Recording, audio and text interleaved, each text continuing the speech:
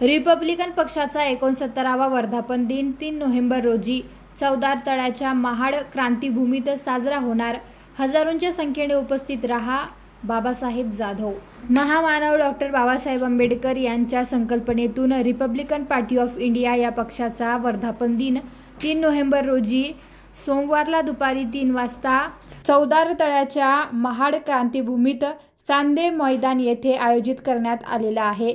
Republican पक्षाच्या 69व्या वर्धापन दिन सोहळ्याचे उद्घाटक म्हणून रिपब्लिकन पक्षाचे राष्ट्रीय अध्यक्ष, केंद्रीय सामाजिक न्याय राज्यमंत्री, भारत सरकारचे लोकनेते डॉक्टर रामदास आठवले उपस्थित राहणार आहे।